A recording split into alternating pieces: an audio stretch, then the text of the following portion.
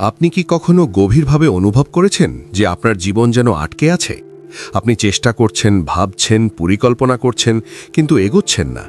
সময় যাচ্ছে, বয়স বাড়ছে, অথচ ভেতরে ভেতরে একটা শূন্যতা, এক ধরনের আটকে থাকার অনুভূতি কাজ করছে। অনেকেই মনে করে এর কারণ ভাগ্য, পরিস্থিতি, পরিবার, টাকা বা সুযোগের অভাব।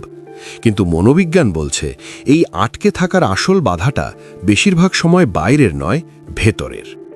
মানুষের মস্তিষ্ক পরিবর্তনের জন্য তৈরি হলেও একই সাথে এটি পরিবর্তনকে ভয়ও পায়, কারণ পরিবর্তন মানেই অনিশ্চয়তা, আর অনিশ্চয়তা মানেই মস্তিষ্কের কাছে সম্ভাব্য বিপদ। আপনার ব্রেনের একটি অংশ আছে যার নাম অ্যামিগডালা।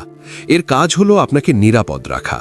যখনই আপনি নতুন কিছু শুরু করতে চান, নতুন সিদ্ধান্ত নিতে চান, জীবনে বড় কোনো পরিবর্তনের কথা ভাবেন, অ্যামিগডালা তখন সতর্ক সংকেত দেয়।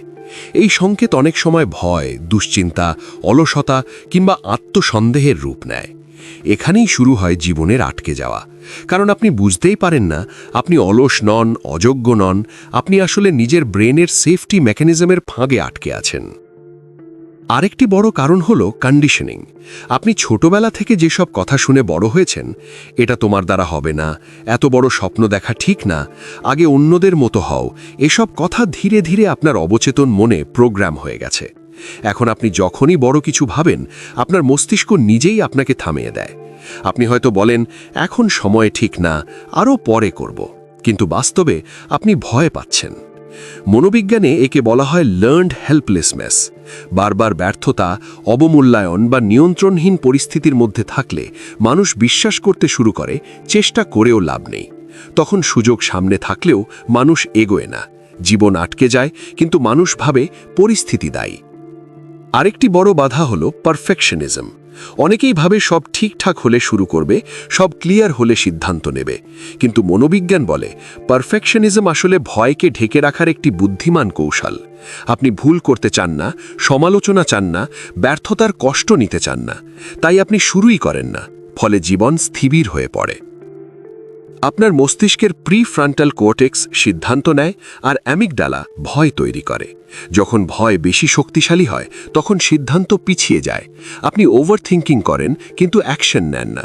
অথচ অ্যাকশন ছাড়া মস্তিষ্ক কখনো নতুন বিশ্বাস তৈরি করে না। আপনি যত বেশি অপেক্ষা করবেন, আপনার ব্রেন তত বেশি বিশ্বাস করবে আপনি দুর্বল, অক্ষম। আরেকটি মারাত্মক কারণ হল আইডেন্টিটি ট্র্যাপ। আপনি নিজেকে যেভাবে পরিচয় দেন, আমি এমন মানুষ, আমি সবসময় এমন, এই পরিচয়ই আপনার জীবনের গতি নির্ধারণ করে। যদি আপনার পরিচয়ের মধ্যে থাকে আমি গড়পড়তা, আমি ঝুঁকি নেই না, আমি লাকি না, তাহলে আপনার মস্তিষ্ক সেই পরিচয়ের বাইরে কিছু করতে আপনাকে বাধা দেবে। কারণ মস্তিষ্ক পরিচয়ের ধারাবাহিকতা চায়, সুখ নয়। আপনি হয়তো জানেন কি করা উচিত, কিন্তু করছেন না। এর মানে আপনি অলস নন, এর মানে আপনার নার্ভাস সিস্টেম নিরাপত্তা খুঁজছে। অজানা ভবিষ্যতের চেয়ে পরিচিত কষ্ট অনেক সময় মস্তিষ্কের কাছে বেশি নিরাপদ মনে হয়। তাই মানুষ খারাপ চাকরি, বিষাক্ত সম্পর্ক, অর্থহীন রুটিনেও আটকে থাকে, কারণ এগুলো পরিচিত। মনোবিজ্ঞান বলছে জীবন তখনই এগোয় যখন আপনি ছোট ছোট নিরাপদ ঝুঁকি নেন, বড় সিদ্ধান্ত নয়, ছোট অ্যাকশন। প্রতিবার আপনি ভয় থাকা সত্ত্বেও কিছু করেন, আপনার মস্তিষ্ক নতুন প্রমাণ পায়, আমি পারি। এই প্রমাণই ধীরে ধীরে ভয়কে দুর্বল করে। আরেকটি বিষয় হলো ডোপামিন ডিপেন্ডেন্সি।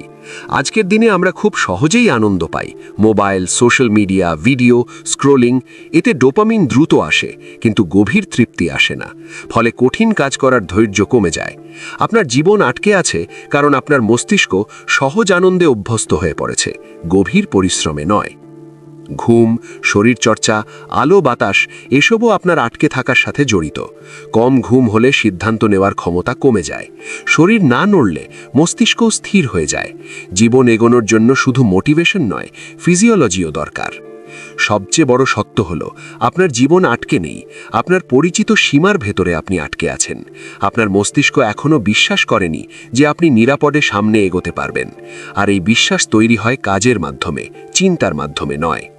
আপনি যদি আজ একটি ছোট সিদ্ধান্ত নেন, একটি ছোট পদক্ষেপ নেন, একটি ছোট ভয়কে উপেক্ষা করেন, তাহলেই আপনার মস্তিষ্ক নতুন গল্প লিখতে শুরু করবে। জীবন বদলায় একদিনে নয়, কিন্তু আটকে থাকা ভাঙে একটি সচেতন সিদ্ধান্তে। মনে রাখবেন, আপনি থেমে নেই, আপনি কেবল প্রস্তুত হচ্ছেন। আর এই প্রস্তুতিকে শক্তিতে বদলানোর ক্ষমতা আপনারই হাতে।